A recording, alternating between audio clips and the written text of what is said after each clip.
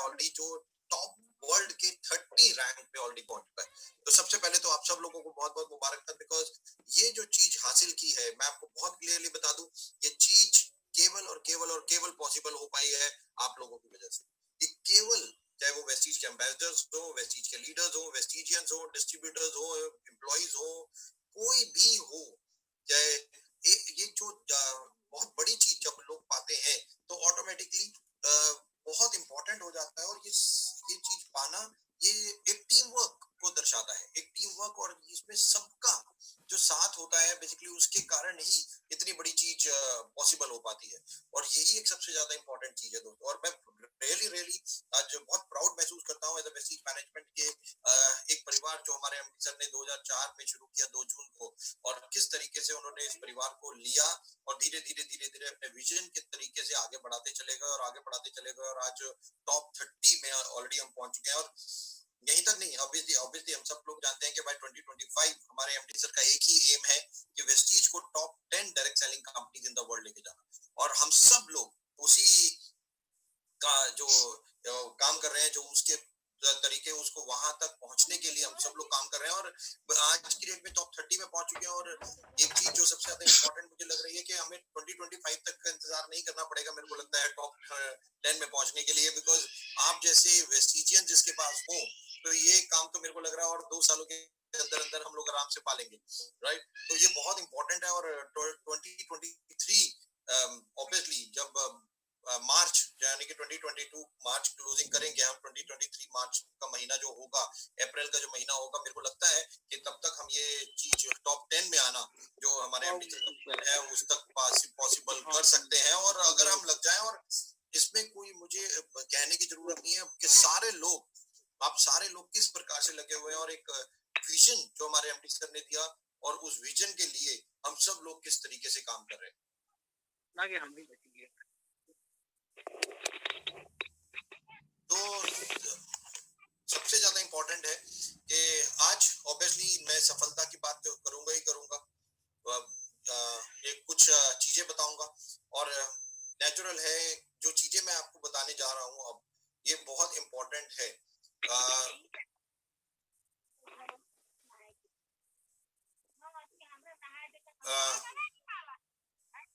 मैं रिक्वेस्ट करूंगा सारे अपना, सबसे ज्यादा इंपॉर्टेंट आज हम लोग बात करेंगे, और वो बात करेंगे कि सफलता कैसे पाई जाए। वेस्टीज ने ऐसे क्या किया, तकरीबन ये जो तकरीबन 16 साल आज होने जा रहे हैं, उसमें 16 इयर्स की मैं थोड़ी सी जर्नी शुरू आप लोगों को बताऊंगा, और थोड़ा सा बताऊंगा फ्यूचर हमारी वेस्टीज की क्या प्लानिंग है फ्यूचर्स को लेके, और ऑटोमेटिकली हम क्या बहुत जल्दी करने वाले हैं, इन सब चीजों के ऊपर थोड़ा सा हम बात करेंगे। और 3-4 दिनों से मैं एक स्टोरी लोगों को सुना रहा हूँ अपनी ट्रेनिंग्स में, और वो स्टोरी मुझे बहुत अच्छी लगी, और मैं उससे बहुत इंस्पायर हुआ, और बहुत सारी चीजें लर्न की मैंने उस स्टोरी से।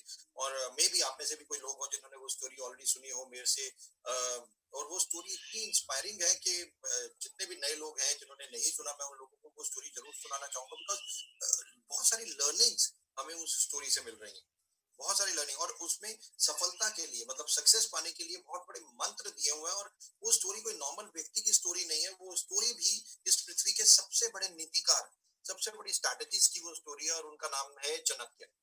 तो वो चाणक्य की स्टोरी है, और वो चाणक्य की स्टोरी में ही हमें बहुत सारी चीजें पता चल रही है कि वो चाणक्य किस तरीके से जो एक बहुत बड़े नीतिकार इस पृथ्वी पे रहे, और बहुत सारी चीजें उन्होंने इस पृथ्वी पे मतलब जो अपने जो उस वक्त का टाइम था उसके थ्रू उन्होंने करने की कोशिश की और अचीव भी की, और इसीलिए आज उन्हें इस पृथ्वी का सबसे बड़ा नीतिकार, स्ट्रैटेजिस्ट माना जाता है। और उन्होंने क्या क्या किया, किस तरीके से किया, ये सबसे ज्यादा इंपॉर्टेंट है। तो मैं उस कहानी के माध्यम से भी आप लोगों को बहुत सारी चीजें आज समझाने की कोशिश करूंगा। तो दोस्तों, जो सबसे ज्यादा इंपॉर्टेंट है कि ऑटोमेटिकली हम सब लोग वेस्टीज में सफलता पाना चाहते हैं, हम सब लोग वेस्टीज में आगे बढ़ना चाहते हैं, इसमें कोई दो राय नहीं है। और हम रात दिन लोगों के, मतलब दूसरे लोगों की सक्सेस के लिए भी काम करते हैं, दूसरे लोगों की डाउनलाइंस को उठाने के लिए काम करते हैं, आगे बढ़ाने के लिए काम करते हैं, और यही चीज इस स्टोरी के माध्यम से भी आपको समझाऊंगा।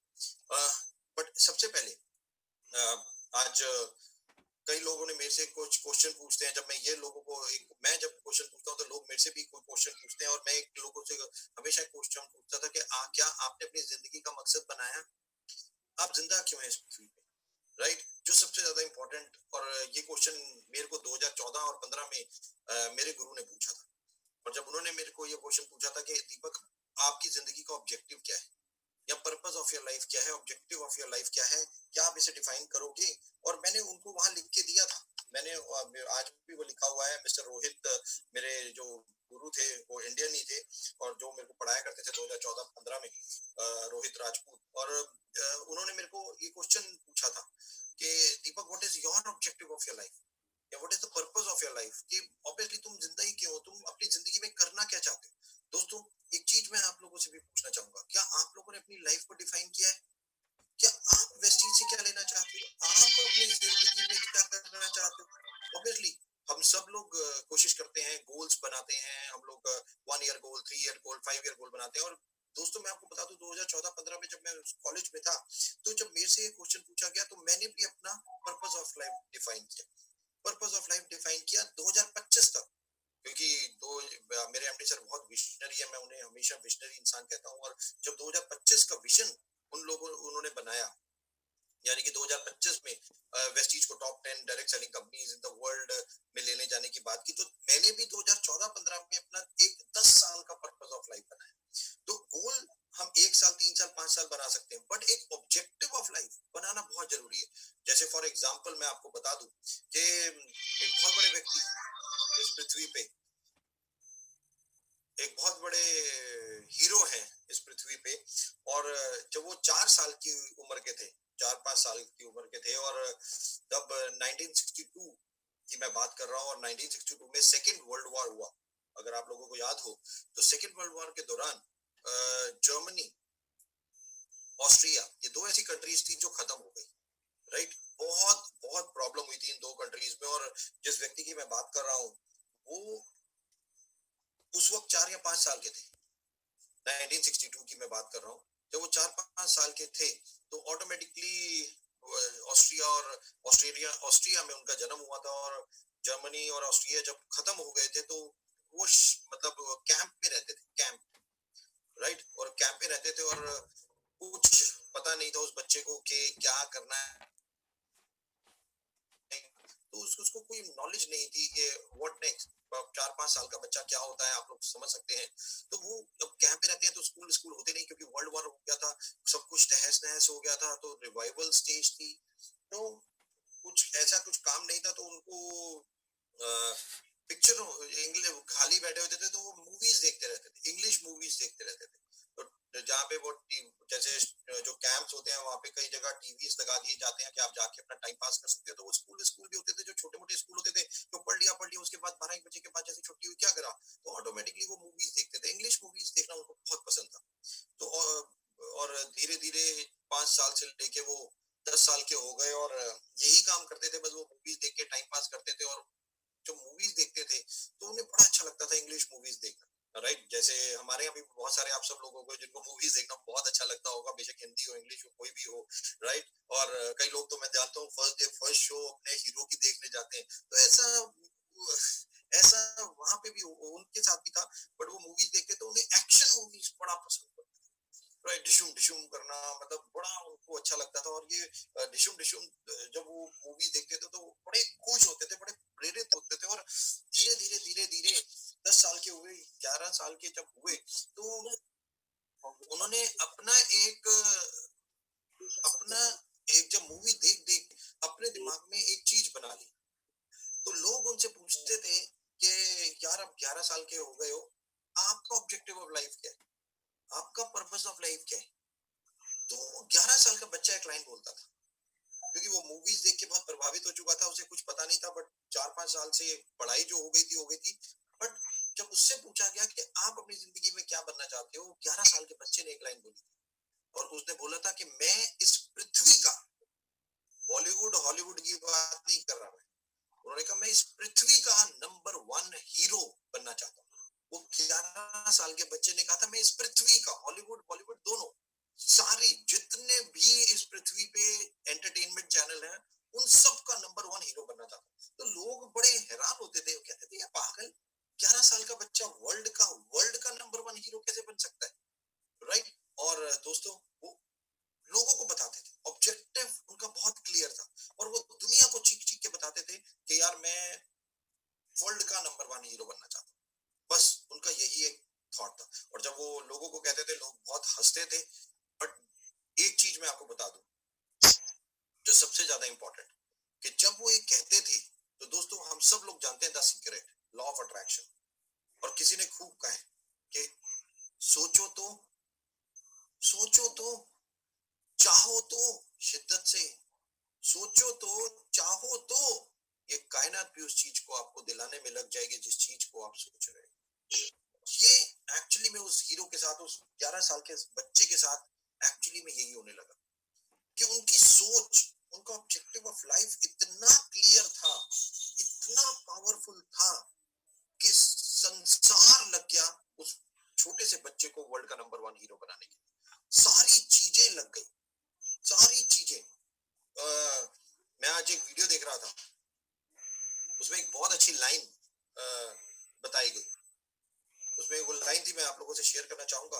हम सब लोगों ने रामायण सुनी है, और रामायण में एक टाइम था जब हनुमान जी सीता मैया को वो अंगूठी देने जाते थे। जब वो अंगूठी देने जाते थे, तो जब वो अंगूठी दे के, जब वो उन्होंने सीता मैया से दर्शन वर्शन कर लिए, राम जी की अंगूठी दे दी, जब उनको खाने, मतलब उन्होंने जो उनकी बगिया थी सारी तोड़ फोड़ दी और उन्हें पकड़ लिया गया, और पकड़ के जब उन्हें रावण के सामने लेके आया गया, तो बहुत ध्यान से सुनिएगा। तो जब रावण के सामने हनुमान जी खड़े थे, अब हम सब लोग जानते हैं रावण बहुत शक्तिशाली काल, मतलब काल को भी वश में किया हुआ था। तो उन्होंने, रावण ने काल को हनुमान जी के सामने खड़ा कर दिया, बिल्कुल साथ में खड़ा कर दिया। बहुत ध्यान से सुनिएगा, रावण ने काल को हनुमान जी के साथ में खड़ा कर दिया। और जब हनुमान जी के साथ में खड़ा कर दिया और हनुमान को बोला, हाँ भाई अब बता, देख काल तेरे साथ खड़ा है, अब तेरे को कैसा महसूस हो रहा है? और तू बंधा हुआ, तू बंधा हुआ है, राइट? तेरे पास, तेरे कोई ऑप्शन नहीं है, तू तो बंधा हुआ है अभी, राइट? और वो भी हमें पता हो कि मेघनाथ के बाण से, मतलब कौन सा था वो बाण, आई डोंट नो, जिसके कारण वो लिपटे हुए थे और कुछ नहीं कर सकते थे, राइट? तो ब्रह्मास्त्र, यस ब्रह्मास्त्र, यस काशीनाथ जी। तो जब उससे बंधे हुए थे, तो बड़ा हैरान थे, और हनुमान जी से रावण ने पूछा, हाँ भाई अब बोल, डर लग रहा है? उन्होंने कहा नहीं, मुझे अभी भी डर नहीं लग रहा। तो उन्होंने कहा क्यों डर नहीं लग रहा? रावण ने हनुमान जी से पूछा, तेरे को क्यों डर नहीं लग रहा? उन्होंने कहा, रावण ने कहा कि ये देख काल तेरे साथ खड़ा है। उन्होंने कहा काल साथ तो मेरे खड़ा है, बट देख आपको रहा है। हनुमान जी की लाइन थी कि काल खड़ा तो मेरे साथ है, बट उसकी निगाहें तो आपकी तरफ है, क्योंकि मुंह तो हम उन दोनों ने आपकी तरफ ही किया हुआ था। तो रावण को बड़ा अजीब सा लगा, उसने कहा देख मेरी तरफ रहा है, तो इससे इसका अर्थ क्या है? तो हनुमान ने कहा कि वो मेरे से पूछ रहा है कि बोल आज ही इनका खात्मा करूं क्या, ले जाऊं क्या? सो दोस्तों, जो सबसे ज्यादा इंपॉर्टेंट बात, कि क्या सिचुएशन थी हनुमान जी की, बट वो कितने पॉजिटिव थे उसमें भी, क्योंकि उनको एक चीज बिल्कुल क्लियर थी, एक चीज बिल्कुल क्लियर थी कि जो वो सोच के आए, जो ऑब्जेक्टिव उनका भी था लाइफ का, कि मुंदरी को देना और वापस जाना, उनके लिए बिल्कुल क्लियर था। उनके ऑब्जेक्टिव ऑफ लाइफ में कोई अड़चन नहीं आ सकती थी। और जबकि एक टाइम ऐसा भी था जब उन्हें बंदी बनाया गया हनुमान जी को, तो रावण ने काल को खड़ा करने से पहले उनसे ये भी पूछा, तू बंदी है, 1 मिनट लगेगा मुझे तेरे को मारने में, 1 मिनट, और तू बंधा हुआ है। तो हनुमान जी ने एक लाइन बोली, हनुमान जी ने बोला कि मैं बंधा हुआ हूँ, भगवान थोड़ी, कि मैं तो बंधा हुआ हूँ, मान सकता हूँ मेरे पास प्रॉब्लम है, कुछ है, बट वो थोड़ी बंधा हुआ है। अगर उससे मेरे को बचाना होगा, और बिल्कुल क्लीन, मतलब ये पॉसिबल है, तो कोई ना कोई रास्ता जरूर निकलेगा। और देखो दोस्त, विभीषण आ गए, जिन्होंने इमीडिएटली, जब रावण ने उनको कहा कि वानर को मार दो, तो विभीषण आके उन्होंने बोला नहीं, दूध को नहीं मार सकते। Law of attraction, objective of life, purpose of life कितना पावरफुल है, मैं आपको ये स्टोरी से समझाने की कोशिश कर रहा हूँ दोस्तों, कि हनुमान जी का भी ऑब्जेक्टिव ऑफ लाइफ था, उनका भी पर्पस था मुंदरी देना, वापस जाना, सिंपल। उस 11 साल के बच्चे का भी ऑब्जेक्टिव था वर्ल्ड का नंबर 1 हीरो बनना, और वो केवल यही सोच रहे थे, रात दिन यही सोचते थे। और हम लोग जानते हैं, मैं अभी बताऊंगा आप लोगों को। अचानक जब वो 12 साल के हुए, उनको एक उनके दोस्त ने अमेरिका से एक फोन किया और बोला यार तू यूएस आ जा। और जबकि वो ऑस्ट्रिया में रहते थे, कैंप में रहते थे, उनके दोस्त ने देखो इमीडिएटली फोन कर दिया। जैसे हनुमान को बचाने विभीषण आ गए, वैसे ही इस व्यक्ति को, इस बच्चे को वर्ल्ड का नंबर 1 हीरो बनाने के लिए एक इसका दोस्त आ गया। दोस्तों हम नहीं जानते सिचुएशन कैसी होती है, बट अगर आपका ऑब्जेक्टिव, आपका पर्पस बहुत नेक है, बहुत क्लियर है, तो टेक माय वर्ड, आप चाहे कैसी भी स्थिति में हो, चिंता मत करो, जो आपके ऊपर है वो खुला हुआ है, वो सब चीजें देख रहा है और वो सारी चीजें पॉसिबल कर सकता है आपके लिए।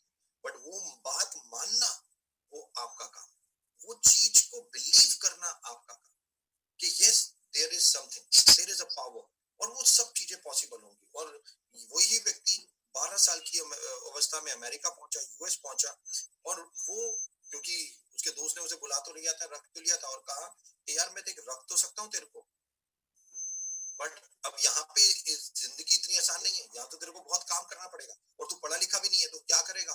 तो उसने कहा मैं कुछ भी कर लूंगा, कोई भी काम मुझे दिला दो। तो उसने कहा कि यार तू मिस्त्री बन जा, लेबर। वो बच्चा 12 साल की अवस्था में मिस्त्री बन गया। मिस्त्री, आप लोग जानते हैं ना मिस्त्री कौन होता है? जिस घर में आप रह रहे हैं, शायद वो घर एक से एक ईंट, वो जो सीमेंट लगा के उस व्यक्ति ने बनाया। तो वो बच्चा बहुत प्रभावित था और बनना चाहता था वर्ल्ड का नंबर 1 हीरो, और उसके पास कोई ऑप्शन नहीं थी कि कैसे बनेगा। बस यूएस पहुंचना था, यूएस पहुंच गया, मिस्त्री का काम करना शुरू कर दिया, मूवीज देखता था, और उन मूवीज में उसे एक दिन एक मैगजीन यूएस में मिली, और उसने देखा कि जो लोग बहुत बॉडी बिल्डर होते हैं वो लोग हीरो बन जाते हैं। उसके दिमाग में ये बैठ गया और उसने बस जाके जिम शुरू कर दिया। और दोस्तों उसने तकरीबन 15 साल की जब तक अवस्था में आया, 14 साल तक वो जिम जिम जिम जिम, दिन में पूरा 6-7 घंटे जिमिंग करता था, बॉडी बनाता था, और रात को मिस्त्री का काम करता था, और 2-4-5 घंटे उसको सोने को मिलते थे, वो सोता था। इस तरीके की जिंदगी थी। बट उसका ऑब्जेक्टिव ऑफ लाइफ बिल्कुल क्लियर था। उसका ऑब्जेक्टिव ऑफ लाइफ था वर्ल्ड का नंबर 1 हीरो बनना। वर्ल्ड का नंबर, उसने ये नहीं सोचा। जब वो 4 साल का था तब वो कैंप में रह रहा था। 8-9 साल तक, 10 साल तक वो कैंप में रहा, कोई स्कूलिंग, बहुत बड़ी एजुकेशन नहीं ली उसने, और 11 साल तक पिक्चरें देख देख के बड़ा हुआ। पिक्चरों से बस ये समझ गया कि बॉडी बिल्डिंग से ही हीरो बनते हैं। हमारे यहाँ सलमान खान, ऋतिक रोशन, टाइगर श्रॉफ, हम सब लोग जानते हैं कितने अच्छे अच्छे हीरो, और क्या बॉडी फिट। और उसको भी ये पता चल गया था, और उसको एक और चीज समझ आ गई थी। यूएस में एक गेम होती है, एक गेम क्या, एक टाइटल होता है जिसको कहते हैं मिस्टर ओलंपिया। मिस्टर ओलंपिया, और जो मिस्टर ओलंपिया बनता है, जैसे यहाँ पे इंडिया में आपने सुना होगा जो सुष्मिता सेन, ऐश्वर्या राय, ये मतलब जो पेजेंट इन लोगों ने टाइटल अचीव किया, तो अगर जब ब्यूटी पेजेंट को अचीव करता है तो वो हीरोइन बन जाती है। तो ऐसे ही जो बॉडी बिल्डिंग में वहां पे यूएस में टाइटल अचीव करता था वो हीरो बन जाता था, राइट? तो इसके दिमाग में एक चीज बात आ गई कि यार मुझे जिमिंग करनी, और 4-5 साल इन्होंने इतनी मेहनत की और अपनी बॉडी ऐसी बनाई, अमेजिंग, क्योंकि हीरो बनना था। ऑब्जेक्टिव ऑफ लाइफ बहुत क्लियर था, पर्पस ऑफ लाइफ क्लियर था। जब आपका ऑब्जेक्टिव या पर्पस क्लियर होता है तो रास्ते अपने आप बनते हैं। रास्ते अपने आप बनते हैं अगर आपको पता है कि आपकी मंजिल कहाँ है, अगर आपको पता है कि आपको चाहिए क्या, तो रास्ते अपने आप डिफाइन होंगे। और उस लड़के के साथ भी यही हो रहा था, उस लड़के के साथ भी यही हो रहा था। वो 14-15 साल तक इतना सॉलिड उसने अपनी बॉडी बनाई कि उसने ठान लिया कि मुझे मिस्टर ओलंपिया जाना है। और दोस्तों 15 साल की उम्र में वो मिस्टर ओलंपिया खड़ा हो गया। मिस्टर ओलंपिया खड़ा हो गया, यानी कि उस टाइटल के लिए उसने अपने आप को दिया और बॉडी बिल्डिंग की। और वो इस पृथ्वी पे, दोस्तों इस पृथ्वी पे उसने एक हिस्ट्री रची, हिस्ट्री। और वो हिस्ट्री कि उसने, वो मिस्टर ओलंपिया 1 साल नहीं, 2 साल नहीं, 3 साल नहीं, 4 साल नहीं, 5 साल नहीं, 6 साल नहीं, 7 साल मिस्टर ओलंपिया रहा। 7 साल लगातार इस पृथ्वी पे। अब जाके एक और व्यक्ति ने रिकॉर्ड उसका तोड़ा है, वरना इस पृथ्वी पे कोई व्यक्ति नहीं था जो आज तक 7 बार मिस्टर ओलंपिया बना हो। 7 बार। और वो लड़का जिसका ऑब्जेक्टिव बिल्कुल क्लियर था, वर्ल्ड का नंबर 1 हीरो बनना, और वो ऑटोमेटिकली अपने मकसद में आगे बढ़ता रहा। वो आगे क्यों बढ़ता रहा? वो आगे बढ़ता रहा या मंजिल उसके पास आती रही, दोनों को आप कैसे भी कह सकते हैं। जो सबसे ज्यादा इंपॉर्टेंट है law of attraction. Law of attraction में हम सब जानते हैं कशिश स्ट्रांग है कि जो सफलता आपको चाहिए वो अपने आप आपके पास आएगी, वो रास्ते अपने आप बनेंगे। और यही चीज उस लड़के के साथ हो रहा जो सबसे ज्यादा इंपॉर्टेंट। और वो लड़का धीरे धीरे, बहुत सारे लोग मुझे नाम भेज रहे हैं और वो बहुत सारे गलत नाम भेज रहे हैं, राइट? यस, अब आ गया ठीक नाम, ये अंकित अंकित शर्मा है जिन्होंने और नाम सही। यस, अब कुछ लोग राजू पांडे जी बता रहे हैं। यस, एब्सोल्युटली, कि वो व्यक्ति जिसकी मैं कहानी सुना रहा हूँ वो है आर्नोल्ड श्वार्ज़नेगर। आर्नोल्ड टर्मिनेटर के हीरो। टर्मिनेटर जो मूवी बनी इस पृथ्वी पे है, जो हैरी पॉटर है उसके बाद सबसे ज्यादा रेवेन्यू अगर इस पृथ्वी पे किसी मूवी ने कमाया तो वो टर्मिनेटर है। टर्मिनेटर। आर्नोल्ड श्वार्ज़नेगर एक ऐसे व्यक्ति थे जो एक मिस्त्री थे, मिस्त्री दोस्तों, और 4 साल से उन्होंने कोई पढ़ाई नहीं की। वो कैंप में रहे यूएस में कितने सालों, बट उनको उनका विजन, उनका पर्पस बहुत क्लियर था कि मुझे चाहिए क्या, मुझे करना क्या है। और यही चीज क्या हमारे को पता है? क्या हम जानते हैं कि हमें क्या चाहिए? जब मेरे से पूछा गया, जब मैं यूएस में था और मेरे से 2014-15 में पूछा गया, Deepak what is your purpose of life, तो मैंने बोला था, मैंने लिख के दिया था मेरे अपने गुरु को, और मैंने लिख के दिया था कि 2025 तक तकरीबन 1000 लोग ऐसे होंगे, 1000 लोग ऐसे होंगे जो 1 करोड़ से ज्यादा रुपए मेरे द्वारा, यानी कि वेस्टीज के द्वारा, ये मैंने अपना पर्सनल ऑब्जेक्टिव लिया था, 1000 लोग करोड़ों रुपए की इनकम वेस्टीज से कमा रहे होंगे बाय 2025। ये मैंने अपना ऑब्जेक्टिव लिया था, मेरा अपना पर्पस। और आज की डेट में 100 से ज्यादा लोग हो चुके हैं। 1000 करने हैं मुझे, 100 से ज्यादा लोग हो चुके हैं जो आज करोड़ों रुपए वेस्टीज से कमा रहे हैं मंथली। आज एक तो हमारे साथ ही जुड़े हुए हैं मिस्टर कुमार गुलवी जी, राइट? कि 1 करोड़ रुपए साल में कमाना कोई बड़ी बात नहीं। आज पूछिए इनसे, उनकी इनकम करोड़ों में है आज एक साल में। तो जो पर्पस जब आप लेते हैं, ऑब्जेक्टिव आप लेते हैं, तो आप उस दिशा में अपने आप आगे बढ़ने लग जाते हैं जो मंजिल आपने चुनी, जो मंजिल आपने चुनी है दोस्तों। और यही एक सबसे ज्यादा इंपॉर्टेंट बात है, मंजिल को चुनना। गोल्स 1, 3, 5 साल के होते हैं, but no, purpose of life, उद्देश्य जिंदगी का चुनने के लिए वो 10 साल और बड़ा होता है। मिनिमम 10 साल और 20 साल, 50 साल, 30 साल ऐसे होते हैं जिंदगी का मकसद चुनना। और यही मैं रिक्वेस्ट करूंगा हम लोगों से भी कि अब जो लॉकडाउन पीरियड है, या हमें सफलता चाहिए तो हमें क्या क्या करना है। अब मैं वो चीजें आप लोगों से शेयर करना चाहूंगा कि सबसे पहले अपना पर्पस ऑफ लाइफ चुनिए। अपना, आज हम घर पे हैं, 1 साल, अगले साल का क्या चाहिए, 3 साल का, 5 साल का गोल तो चुनिए, बट साथ ही साथ एक ऐसा उद्देश्य चुनिए जो सबसे बड़ा हो, सबसे बड़ा हो। आराम से सोचिए और अपनी जिंदगी का मकसद सोचिए कि आपकी जिंदगी इस पृथ्वी पे आए कि क्या करने आए। आज एक कहानी जो मैं चाणक्य की सुना रहा हूँ, नीतिकार, जिसके बारे में मैं बात भी कर रहा था, चाणक्य ने भी अपना ऑब्जेक्टिव लिया एक टाइम। चाणक्य ने कहा कि मेरे को हिंदुस्तान को एक वन ऑफ द बेस्ट राजा देना, हिंदुस्तान को एक राजा देना है, ये उनका ऑब्जेक्टिव था। और हिंदुस्तान में बहुत सारे राज्य थे उस वक्त, बहुत सारे राजा थे, बट किसी ने भी उनकी नहीं सुनी। वो लोगों के पास जाते थे, हर राजा के पास जाते थे और राजा को बोलते थे, यार मेरे को हिंदुस्तान को एक बेस्ट राजा देना है, और आप सब लोग क्या उनके साथ काम करोगे? जैसे आज की सिचुएशन में एक प्राइम मिनिस्टर है और सारे चीफ मिनिस्टर्स हैं, तो सारे चीफ मिनिस्टर प्राइम मिनिस्टर को सुनते हैं। तो ऐसे ही कुछ चाणक्य बनाना चाहते थे उस टाइम पे। वो चाहते थे कि हिंदुस्तान का एक मेन राजा हो और बाकी सारे छोटे छोटे राजा उनको फॉलो करें। और जब ये होगा तो ऑटोमेटिकली इंडिया बहुत अच्छी, बहुत बड़ी कंट्री बन के उभरेगी। बट ऑब्वियसली राजा, और राजा में अहंकार बताने की तो जरूरत नहीं है दोस्तों। अरे हमें इतना अहंकार होता है दोस्तों, तो राजा में तो सोच लो, तो राजा है उसके अंदर कितना होगा। और वो एक चाणक्य, एक पंडित की बात मानेगा? एक पंडित की बात कोई मानेगा? अब राजा राजा है, उसने कहा भाग यहाँ से साले, तू पंडित मुझे सिखाएगा, चल यहाँ से भाग। तो जैसे राजा के पास जाते थे वो धक्के मार के चाणक्य को निकाल देता था। अब चाणक्य एक बार बिहार पहुंच गए थे। आप लोगों को आज मैं बिहार के लोगों से बात कर रहा हूँ, बिहार और झारखंड, तो मैं आपको बताता हूँ बिहार और झारखंड में क्या हुआ था। तो एक, क्या आपको मालूम होगा, बिहार और झारखंड और यूपी एक टाइम पे मगध कहलाता था। आज हमारे पास ये तीनों सिटी के लोग हैं, तो मैं आपको बता दूं, आप लोग मगध का नाम आप लोगों ने जरूर सुना होगा। मगध कहा जाता था ये पूरे राज्यों को, जो बिहार, झारखंड और यूपी आता था, राइट?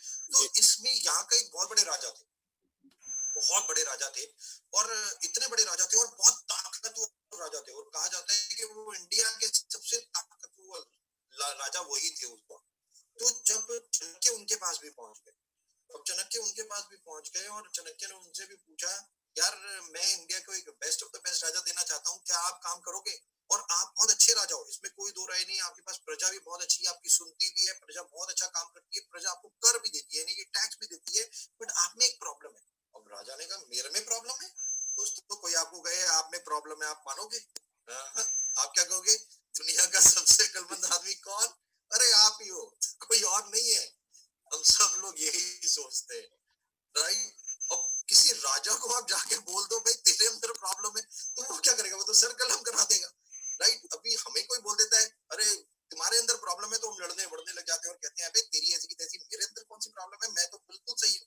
हम अपनी प्रॉब्लम्स को एक्सेप्ट नहीं करते। तो ऐसे ही मगध के राजा को जब चाणक्य गए और उन्होंने बोला कि यार आपके अंदर प्रॉब्लम है, तो मगध के राजा को बहुत गुस्सा आ गया। उन्होंने कहा क्या प्रॉब्लम है? पहले तो मेरे पास प्रॉब्लम ही नहीं है, बट बताओ आपको क्या लगता है? तो उन्होंने एक लाइन बोली, चाणक्य ने उनको बोला, सर आप बहुत अच्छे राजा हो, इसमें कोई दो राय नहीं, बट प्रॉब्लम क्या है? आप अय्याश हो। आप जनता से कर तो लेते हो, बट आप वुमनाइजर हो, दारू पीते हो, स्मोक करते हो, ये सब काम करते हो, तो ये चीज एक लीडर को शोभा नहीं देती। तो आप ये सब त्यागो और आप आ जाओ, तो मैं आपको इंडिया का best of the best leader बना के हम ऐसा काम करेंगे और हम सबको आगे लेके चलेंगे। और जैसे ही मगध के राजा ने सुना, उनका गुस्सा सातवें आसमान। अब किसी ने बोल दिया भाई तुम अय्याश हो, तो और सोचो उसको क्या सोच, वो क्या सोचेगा, राइट? और मगध के राजा को बहुत गुस्सा है, उसने अपने सैनिकों को बुलाया, कहा ये पंडित है, इसलिए मैं इसकी गर्दन नहीं कटवा रहा, नहीं तो मैं इसकी गर्दन कटवा देता, इसको चुटिया से पकड़ो इसकी और इसे बाहर फेंक दो। अब मगध के राजा ने ये अपने सैनिकों को बोला और सैनिकों ने चाणक्य को उठाया और उसको बाहर फेंक दिया। अब जब उसको बाहर फेंक दिया चाणक्य को, अब चाणक्य को भी, अब वो भी पंडित, वो भी इतने शास्त्रों से, वो भी इतने महान, अब उनको भी गुस्सा।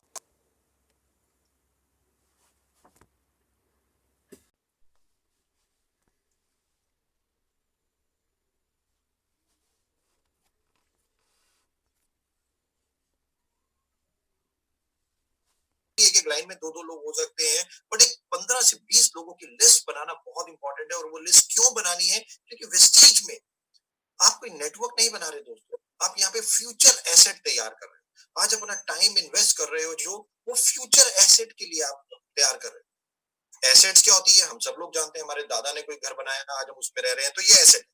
और ऐसे ही एसेट जनरेशन दर जनरेशन होती है। और मैं आपको बता दूं दोस्तों कि वेस्टीज का नेटवर्क जो आज आप बना रहे हो, ये भी जनरेशन दर जनरेशन है। ये एक एसेट आप बना रहे हो, जो आने वाले समय में आपके आपके आपके आपकी जनरेशन दर जनरेशन मिलेगी। हम कितने एग्जाम्पल जानते हैं, मिस्टर सुदर्शन मोहंती जो वेस्टीज एम्बेसडर थे, जिनकी डेथ हो गई, और अनफॉर्चुनेट था कि एकदम डेथ हो गई और उनकी वाइफ कुछ नहीं जानती थी और आई इस बिजनेस में। तब मिस्टर मोहंती की जब डेथ हुई तो 7 लाख का चेक था, आज उनका 13 से 14 लाख रुपए की इनकम। या मिस्टर प्रकाश शंकर मिश्रा, कितने लोगों के मैं एग्जाम्पल आज दे सकता हूँ, सुदीप्तो पाठक कैलकाटा से, जो जिन्होंने नेटवर्क बनाया और नेटवर्क बना के अनफॉर्चुनेट उनकी डेथ हो गई। और जैसे ही डेथ हुई, इनकी वाइफ ने टेक ओवर किया, जो बिल्कुल कुछ नहीं जानती थी, और आज कहां से कहां। तो मैं हमेशा एक लाइन बोलता हूँ, बहुत ध्यान से सुनिए, पास्ट इज अ हिस्ट्री। जो बीत गया है वो एक हिस्ट्री है दोस्तों, हिस्ट्री। पास्ट से सबक लेना है, क्या गलतियां की उससे सबक लीजिए। Past is a history, future is a mystery. आने वाले कल में क्या होगा कोई नहीं जानता, कोई नहीं जानता।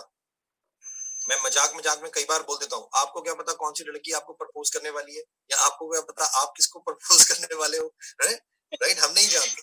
बट जो सबसे ज्यादा इंपॉर्टेंट है, past is a history, future is a mystery, present is a gift, present is a gift. ये आज जो है, ये सबसे बड़ी धरोहर है आपके पास। और प्रेजेंट इज अ गिफ्ट क्यों कहा जाता है? उसमें भी इसलिए कहा जाता है, जो सबसे ज्यादा इंपॉर्टेंट है, दैट आई एम अलाइव, मैं जिंदा हूं। इससे बड़ी कोई चीज है इस पृथ्वी पे? इससे बड़ी कोई चीज नहीं है इस पृथ्वी पे दोस्तों। और यही एक सबसे ज्यादा इंपॉर्टेंट है कि past is a history, future is a mystery.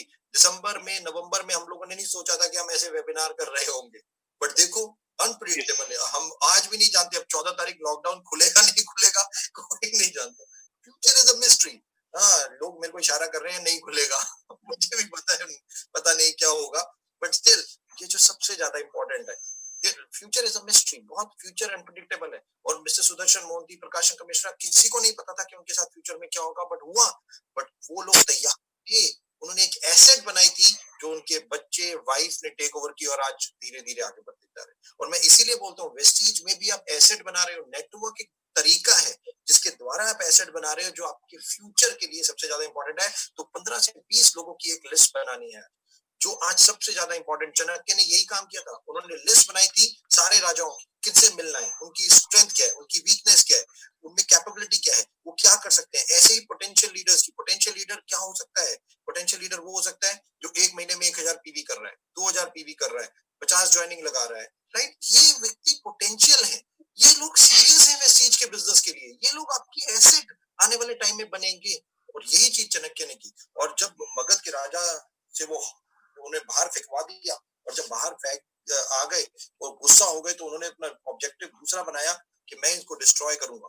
अब चाणक्य की बात किसी ने नहीं सुनी, किसी राजा ने नहीं सुनी, बट उनका ऑब्जेक्टिव तो बहुत क्लियर था दोस्तों। और क्या था उनका ऑब्जेक्टिव? यस, कि हिंदुस्तान को एक बड़ा राजा दे। अब ये ऑब्जेक्टिव जब क्लियर था तो उन्होंने खोज शुरू की। उन्होंने कहा राजा तो कोई बात मेरी सुन नहीं रहा भाई, अब क्या करूं, अब मैं अपने आप ही खोजता हूँ।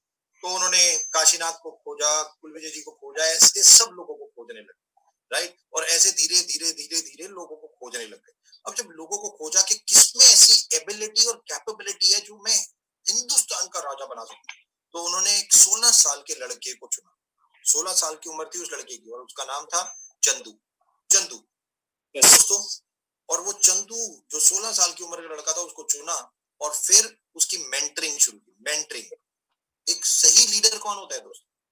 एक सही लीडर वो होता है जो अपने शिष्यों की सही प्रकार से उसको शिक्षा दे, और दूसरा अपने शिष्यों की ग्रोथ से वो जले ना।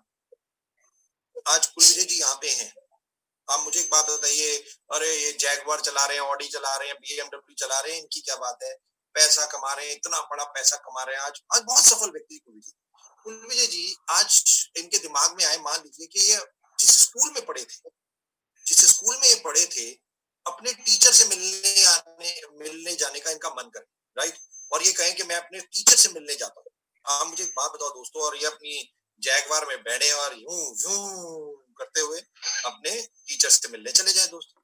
अब जैसे ये टीचर के पास जाए, अब पटना में इनका टीचर रहते हैं जो आज भी सरकारी स्कूल में पढ़ाते हैं, राइट।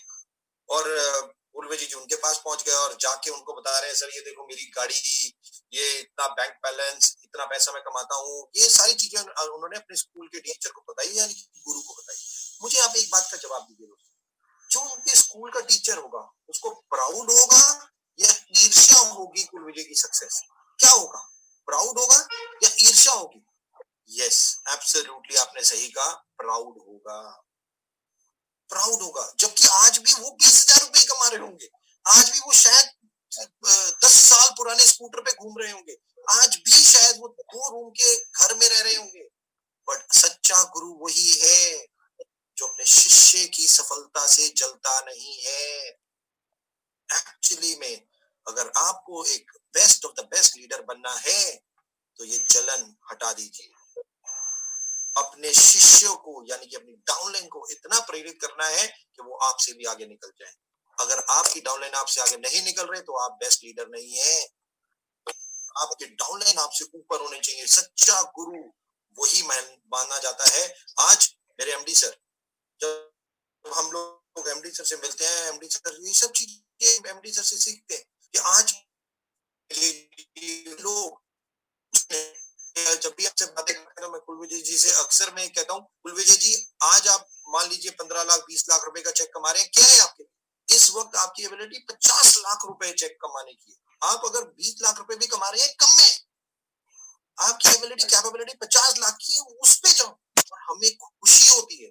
काशीनाथ जी यहाँ पे हैं, काशीनाथ जी से पूछे, जब भी जाता हूँ इनको मैं जरूर डांटता हूँ, हमेशा डांटता हूँ, क्या 2.5 3 4 लाख रुपए पे बैठे हो यार, आपकी कैपेबिलिटी 10 लाख रुपए कमाने की है, कहाँ हो?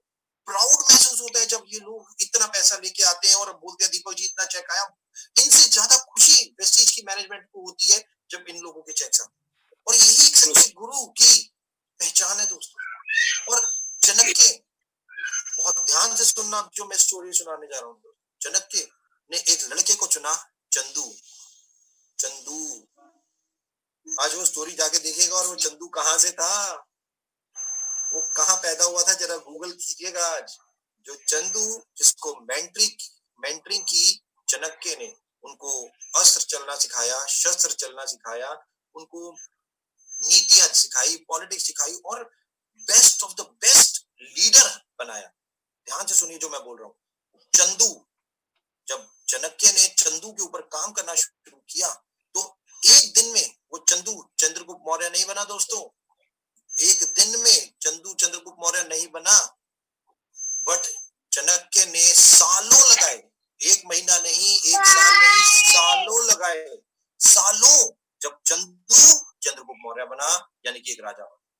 दोस्तों वेस्टीज में भी आप आए, हम वेस्टीज में आ तो जाते हैं, वेस्टीज में जब आप आते हैं तो आप कहते हैं कि एक दिन में ही आपको सारी सफलता मिल जाए, एक महीने में ही आपको सारी सफलता मिल जाए, एक महीने में ही मेरा 10 लाख हो जाए, एक महीने में ही मैं वेस्टीज एम्बेसडर बन जाऊं। हम ये सोचते हैं। नो, वेस्टीज में एक दिन में आपको कुछ नहीं मिलेगा, वेस्टीज में एक दिन में आपको कुछ नहीं मिलेगा, बट हाँ, एक चीज की गारंटी करता हूं, जिसने भी आपको भेजा उसने आपकी जिंदगी में एक दिन ऐसा बना के जरूर भेजा कि अगर आप वेस्टीज में काम करते रहे, पेशेंस, परसिस्टेंट, दृढ़ संकल्प से, तो आपकी जिंदगी में एक दिन है कि आपको हर कुछ वेस्टीज से मिलेगा, आपको हर कुछ वेस्टीज से मिलेगा। बट वो पेशेंस, परसिस्टेंस और दृढ़ संकल्प होना चाहिए। बस यही एक सबसे ज्यादा इंपॉर्टेंट है, यही। और द मोस्ट इंपॉर्टेंट, एक दिन में कुछ नहीं मिलता, बट एक दिन सब कुछ मिल जाता है वेस्टीज। दोस्तों ताजमहल एक दिन में नहीं बना, 20 साल लगे, हम सब जानते हैं, 20 साल लगे। जब भी कोई बहुत बड़ी चीज बनानी होती है, बहुत बड़ी चीज होती है, उसमें समय लगता है, उसमें समय लगता है। अगर आपको बहुत बड़ा पैसा कमाना है, एक बहुत बड़ा लेवल चाहिए, आपको बहुत बड़ी इनकम चाहिए, टाइम लगेगा, डरना नहीं है। अरे आप दूर के जाते हैं, वेस्टीज, आज हम वेस्टीज में है। वेस्टीज 2004 में जब शुरू हुई, 6 डिस्ट्रीब्यूटर्स, और आज 2.25 करोड़ से ज्यादा लोग। जस्ट इमेजिन, इतना बड़ा परिवार, top 30 in the world. Just imagine, ये चीज भी तो पॉसिबल हुई कैसे?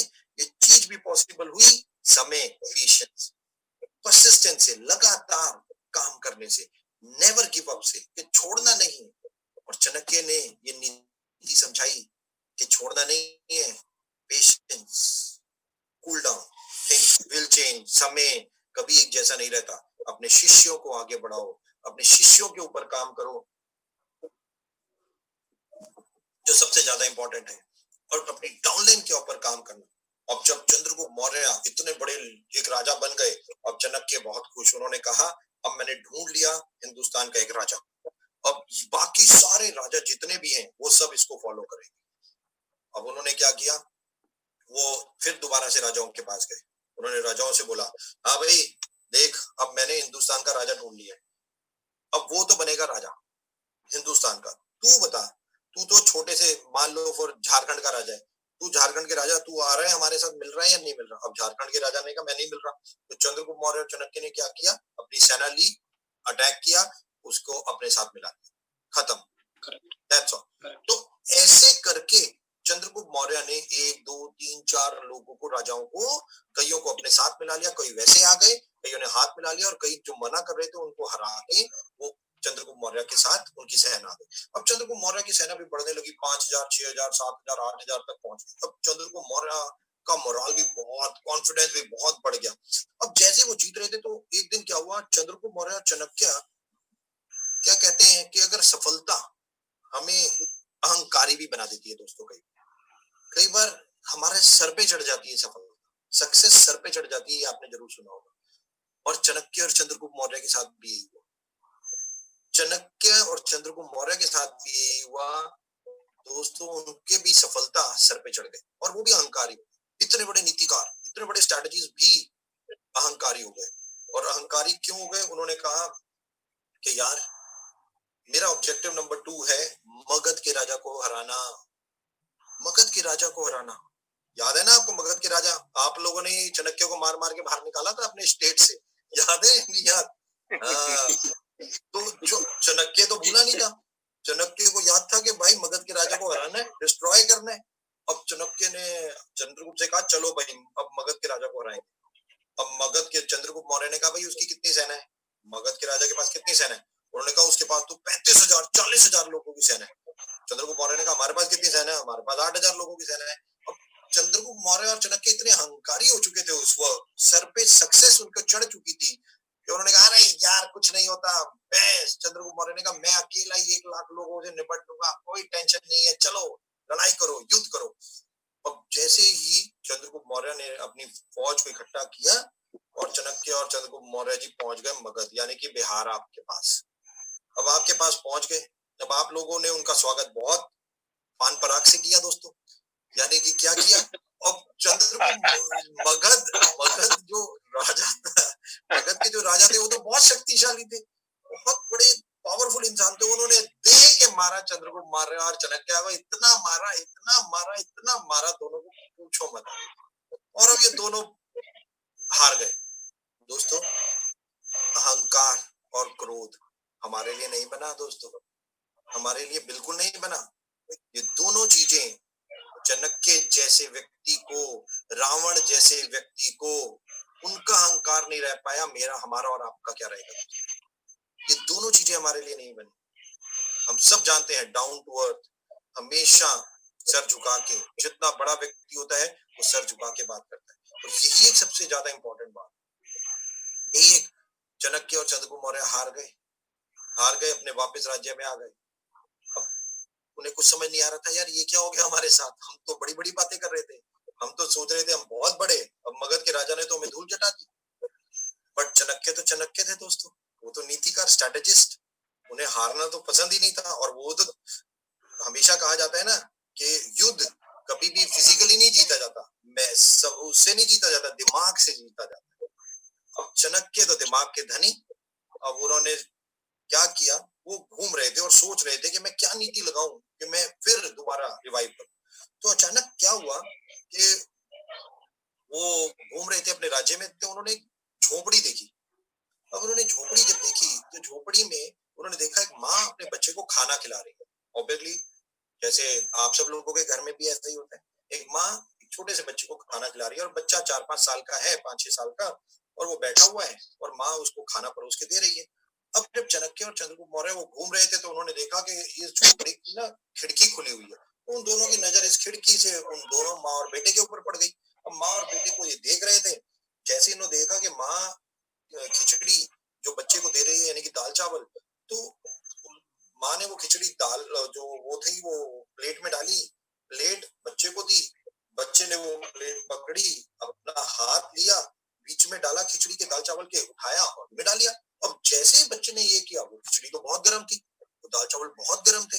अब जैसे ही बच्चे ने डाला और मुंह में लिया, उसका हाथ भी जल गया और उसका मुंह भी जल गया और बच्चा एकदम चीखने लगा। अब जैसे ही चीखने लगा तो माँ ने एक लाइन बोली, माँ ने बोला, ओ बेवकूफ, तू चाणक्य जैसा बेवकूफ कैसे हो सकता है? ओ बेवकूफ, तू चाणक्य जैसा बेवकूफ कैसे हो सकता हो, मतलब कैसे हो सकता है कि एक ही मिनट में सब कुछ पाना चाहता है? पहले साइडों से थोड़ा थोड़ा धीरे धीरे ठंडा करके खा, साइडों से थोड़ा थोड़ा धीरे धीरे ठंडा करके खा और उसके बाद बीच में जा।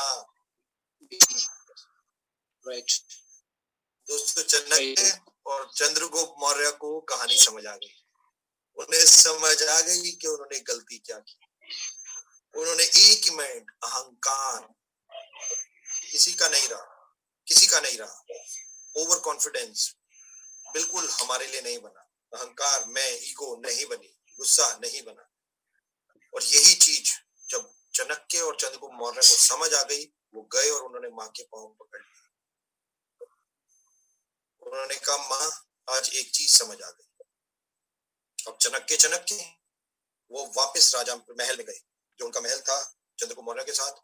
उन्होंने अपना वेश बदला दोस्तों, वेश बदला अपना, और वो साधु बन गए। और साधु बन के उन्होंने काम करना शुरू किया। साधु बन के उन्होंने क्या किया, साधु बन के वो गांव गांव जाने लगे, छोटे छोटे गांव जाने लगे। गांव गांव जाते 10-10, 15-15 लोगों की सभाएं करते और लोगों को महाभारत, रामायण, मोटिवेशनल स्टोरी सुनाते। बहुत सारी मोटिवेशनल जब स्टोरी सुनाते तो लोग इतने मोटिवेट हो जाते। अब जैसे लोग मोटिवेट हो जाते तो लास्ट में स्टोरी खत्म करने से पहले एक लाइन बोलते, मोटिवेटेड है तो वो एक चीज बोलते कि जाओ अब जाके आप चंद्रगुप्त मौर्य की सेना में शामिल हो जाओ। बस ऑब्जेक्टिव ऑफ लाइफ चाणक्य का बहुत क्लियर था। चंद्रगुप्त मौर्य को हिंदुस्तान का नंबर 1 राजा बनाना। स्ट्रैटेजीज वो इसीलिए लगा रहे थे, वो सभाएं इसीलिए कर रहे थे छोटी छोटी कि धीरे धीरे धीरे धीरे थोड़ा थोड़ा करके मैं लोगों को चंद्रगुप्त मौर्य की सेना में भरूं और एक बहुत बड़ा नेटवर्क बनाऊं। आपने सही सुना दोस्तों, एक दिन में लाखों लोग आपके साथ नहीं आएंगे, बट 10-10 करके एक दिन आएगा जब लाखों लोग आपकी टीम में हो जाएंगे। जो सबसे ज्यादा इंपॉर्टेंट, ये चाणक्य की थ्योरी है, चाणक्य की कॉर्पोरेट चाणक्य बुक है जिसमें ये स्टोरीज दी हुई हैं दोस्तों, जिसमें ये सब बताया हुआ है कि किस प्रकार चाणक्य कॉर्पोरेट इस वर्ल्ड में, आप सब लोग भी अपने नेटवर्क के एमडी हैं, अपने नेटवर्क के वाइस प्रेसिडेंट है, सीईओ है, डायरेक्टर, आप खुद है मालिक। आपको अपने नेटवर्क, अपनी इनकम को बढ़ाने के लिए आपका काम है ये वेस्टीज की मैनेजमेंट का तो अलग काम है, बट आपका काम है अपनी फ्यूचर को बनाना। क्या करना है आपको अपने साथ, ये आपको आज सोचना है। उन्होंने, चाणक्य ने एक विशाल सेना बनाने के लिए थोड़े छोटे से शुरू की। हमें भी छोटे से करना है। होम मीटिंग, मैं रिक्वेस्ट करूंगा 15 से 20 होम मीटिंग हमें सबको करनी है। मेरे को पता है आप में से बहुत सारे लोग करते भी होंगे, बट कई बार ऐसा होता होगा कि हमने अपनी डाउनलाइन को फोन किया, अपने डाउनलाइन को बोला यार मैं तेरे घर आ रहा हूँ आज सोमवार को 4 बजे। अब डाउनलाइन भी हमसे तेज, वो क्या कहते हैं, अरे नहीं नहीं नहीं आज मेरे को बहुत काम है भाई, आज तू मत आ। और जैसे ही डाउनलाइन कहते हैं आज मत आ, हम भी कहते हैं चल छोड़ दे। दोस्तों मैं एक चीज बता दूं, एक्शन क्रिएट परसेप्शन, ये लाइन बहुत ध्यान से सुनिएगा। Action create perception, action create perception का मतलब क्या होता है, आपने अपनी डाउनलाइन को बोला यार मैं 4 बजे तेरे घर आ रहा हूँ, और डाउनलाइन ने बोला नहीं नहीं मत आ, और आपने भी कहा ठीक है मैं नहीं आता, तो डाउनलाइन क्या सोचेगा, अब ये ऐसी फूंकबाज है, ये कहता तो है बट कर नहीं सकता। समझ रहे हैं आप, आपका डाउनलाइन आपके बारे में नेगेटिव सोचना शुरू कर देगा कि यार इसके बस की नहीं है, मैंने बोला एक बार मना किया, इसने कोई एफर्ट नहीं किया। और इसी दौरान अगर मैं आपको बताऊं कि आपने अपने डाउनलाइन को फोन किया और बोला 4 बजे मैं आ रहा हूँ आज सोमवार को, और आप जाके बैठ गए उसके पास,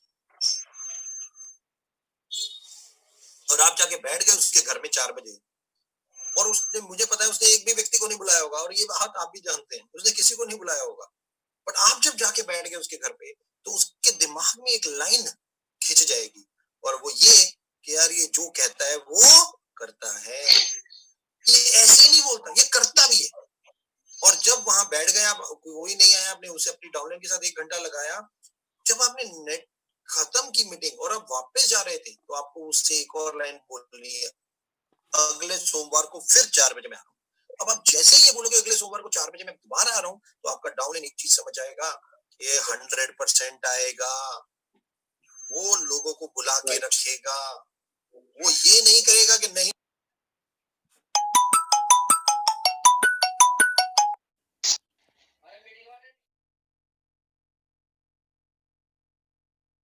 मैं ऐसे ही बोलता था तो होता ही नहीं था शिरडी जाना। तो मेरा एक दोस्त मिला, उसने कहा, उसने एक लाइन बोली, बहुत ध्यान से सुना दोस्तों ये लाइन, उसने कहा ऊपर वाला भी झुकता है, झुकाने वाला चाहिए, वो भी झुकता है और झुकाने वाला चाहिए। तो मैंने कहा यार तू क्या बोल रहा है, कहता पागल, कोई भगवान तेरे को नहीं बुलाएगा, तू किसी की कोई नहीं बुलाएगा जब तक तू उनसे लड़ाई नहीं करेगा, जिद नहीं करेगा, जिद्दी और देख तू पहुंच जाएगा। तू सही मानी, मैंने रात दिन सोच के, अरे बाबा मुझे आपके पास आना है प्रेयर वरेयर में, और अचानक एक दिन बैठ जाओ उसके पास जाके जिद करो, वो भी झुकता है, झुकाने वाला चाहिए। चाणक्य की नीतियां, एक टाइम ऐसा आया दोस्तों जब छोटी छोटी सभाओं से लाखों लोगों की गुड मॉर्निंग, मैं आ चुका हूँ। Yes good morning, good morning. Lockdown खत्म हो जाएगा, प्रॉब्लम खत्म हो जाएगी, तो घर से बाहर रहना, तो घर से बाहर रहेंगे, सफलता घर के बाहर ही है, सहूलियत है घर में। घर में तो सहूलियत मिलती है, आपके बीवी बहुत अच्छी चाय बनाती है, पकौड़े बनाती है, खाना बनाती है, कितना अच्छा, बट ये सफलता नहीं दिलाता। और यही एक सबसे ज्यादा इंपॉर्टेंट बात हमें समझनी है कि अनकंफर्टेबल से प्यार करना, अनकंफर्टेबल है जिंदगी में, राइट। और दूसरा, मिस्टेक इज अ टीचर, याद रखिए, मिस्टेक इज अ टीचर। गलती से ही करके ही आप सीखोगे, गलतियों से ही आप सीखोगे। बिना गलती करे आप कुछ नहीं सीख सकते। कई लोगों को डर लगता है, अरे मैं नहीं कर सकता, मैं खड़े होके नहीं बोल सकता, मैं ये नहीं कर सकता, मैं वो नहीं कर सकता, मैं ऐसा नहीं। Mistake is a teacher. जब तक गलती नहीं करोगे तब तक लर्निंग कहां से होगी? तब